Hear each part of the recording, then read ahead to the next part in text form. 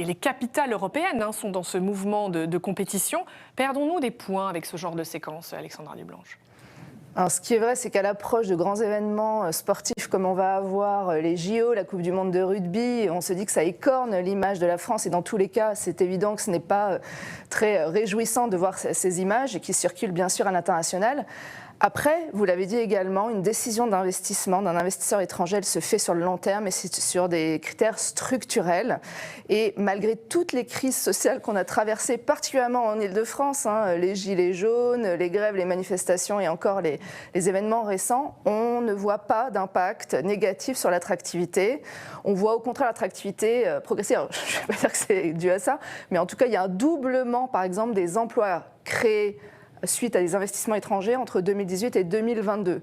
Et vous avez rappelé la très bonne année 2022 qu'on vient de vivre, post-Covid, etc. Et on arrive encore à augmenter et on atteint des niveaux historiques en termes d'attractivité des investissements parce que les investisseurs se basent sur ces éléments structurels qui s'améliorent et c'est vu à l'étranger. Alors effectivement, vous citez la période 2018-2022, qui est la période qui correspond à l'élection et à la présidence d'Emmanuel Macron. Est-ce que vous voulez nous dire par là qu'ils apprécient et qu'ils voire encouragent les réformes qui sont faites en termes de fiscalité, marché du travail?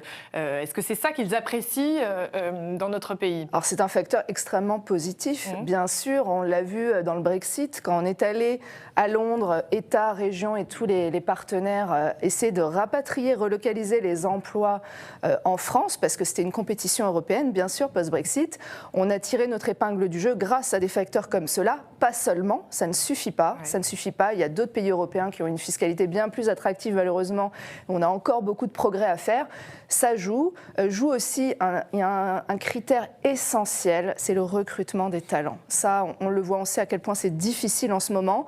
Et on a cette force en Île-de-France, on est une terre de recherche, on est une terre d'innovation.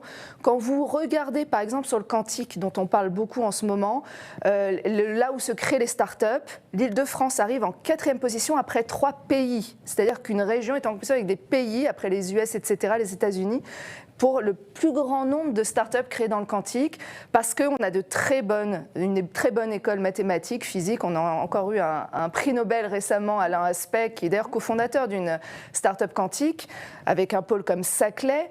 Et on a de très bonnes écoles et aussi de management qui sont dans tous les classements internationaux et ça joue énormément, entre autres. Alors vous citez l'innovation comme un des atouts de l'Île-de-France.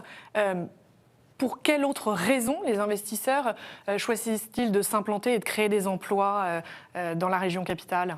Alors la localisation de l'Île-de-France qui est extrêmement centrale avec un accès à quand même 500 millions de consommateurs. Je pense aussi nationaux mais aussi européens, à l'Afrique également. On est une porte d'entrée, on a 3 aéroports internationaux. Le premier aéroport d'affaires d'Europe avec le Bourget par exemple.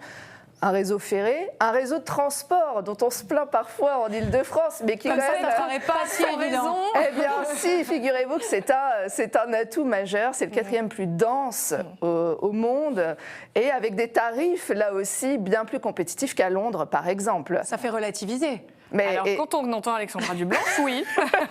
Non, mais c'est vrai, c'est extrêmement regardé par les personnes qui s'installent. On voit que l'écoute des salariés dans une décision maintenant de relocalisation est extrêmement écoutée par les dirigeants. Et donc, tous ces facteurs de qualité de vie, les espaces verts, avec Valérie Pécresse, on a ouvert 600 nouveaux hectares d'espaces verts sur le dernier mandat, par exemple. Ça joue. On veut une région où on travaille bien sûr, qui soit attractive, comme je viens de le dire, en termes d'innovation, de talent, d'écosystème, mais aussi où on vit bien. Et oui, on vit bien en Île-de-France. Et alors, si on devait se montrer encore plus exigeant, qu'est-ce qui nous manquerait en Île-de-France? Une fiscalité plus légère, plus d'écoles internationales, pour les entreprises moins de paperasserie administrative. Sur quoi on pourrait se montrer quand même un tout petit peu plus exigeant? Oui, mais vous touchez du doigt effectivement nos faiblesses, c'est-à-dire la réglementation, la lourdeur administrative. Ça, des améliorations ont été faites, mais on a encore d'énormes faiblesses sur ce point-là. Quand vous demandez une autorisation d'implantation d'un site industriel En France, c'est 17 mois. En Allemagne, c'est 8 mois. Ouais. Donc, on peut perdre des projets à cause de cette lourdeur administrative. Et puis, en Île-de-France, on a des petites spécificités avec des procédures qui se rajoutent, qu'on n'a qu'en Île-de-France et qui peuvent vraiment pêcher, ça c'est certain. Et puis, pour être honnête, le coût du foncier, ça plus par rapport à nos régions voisines, on reste encore un peu moins compétitifs. Qui se battent, hein, nos régions voisines. Elles entrent dans le jeu de la concurrence. Pendant très longtemps, effectivement, il n'y avait que l'Île-de-France pour attirer les entreprises et les investisseurs. Maintenant, tout le monde se bat, et ce qui vous challenge encore plus. Tout à fait, mais en même temps, voilà, quand l'Île-de-France va bien, tout le reste du pays se porte bien. Donc on est ravis aussi que, évidemment, des projets s'implantent là-bas, mais c'est aussi une compétition, c'est certain.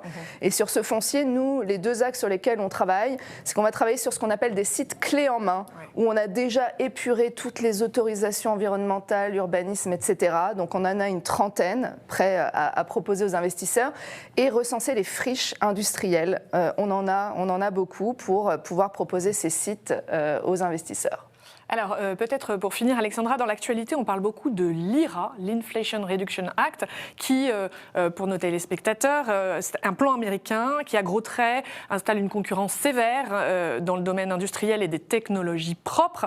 On entend dire que certains gros projets nous échappent parce qu'ils sont financés par les Américains. Est-ce que ce plan peut rebattre les cartes de l'attractivité et de l'emploi mondial ?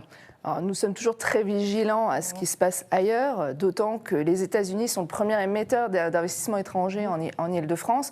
Après, ça a été voté en août 2022, donc à ce stade, on ne voit absolument pas d'effet. Et on a encore, mais rien que la semaine dernière, un grand investisseur américain qui nous confirmait l'implantation d'une entreprise dans le Cantique à Saclay. Donc on ne le voit pas encore, on reste vigilant. Si on regarde quand même les montants d'aide qu'il y aura, ça reste quand même assez minime quand on regarde par rapport au PIB américain, mais effectivement, on espère que l'Europe se batte aussi là-dessus. Et puis je reviens, la fiscalité est toujours, et les aides, etc., toujours un facteur, mais il y en a tellement d'autres. Et je reviens aussi un peu sur le Brexit. Post-Brexit, on a quand même réussi à tirer cette épingle du jeu, d'attirer ces entreprises qui ont besoin d'une implantation en Union européenne. Et l'Île-de-France a réussi à attirer par tous les atouts que je viens de citer. Merci beaucoup, mesdames. Merci, Marie Viseau, pour cette chronique. Parlons travail. C'était passionnant.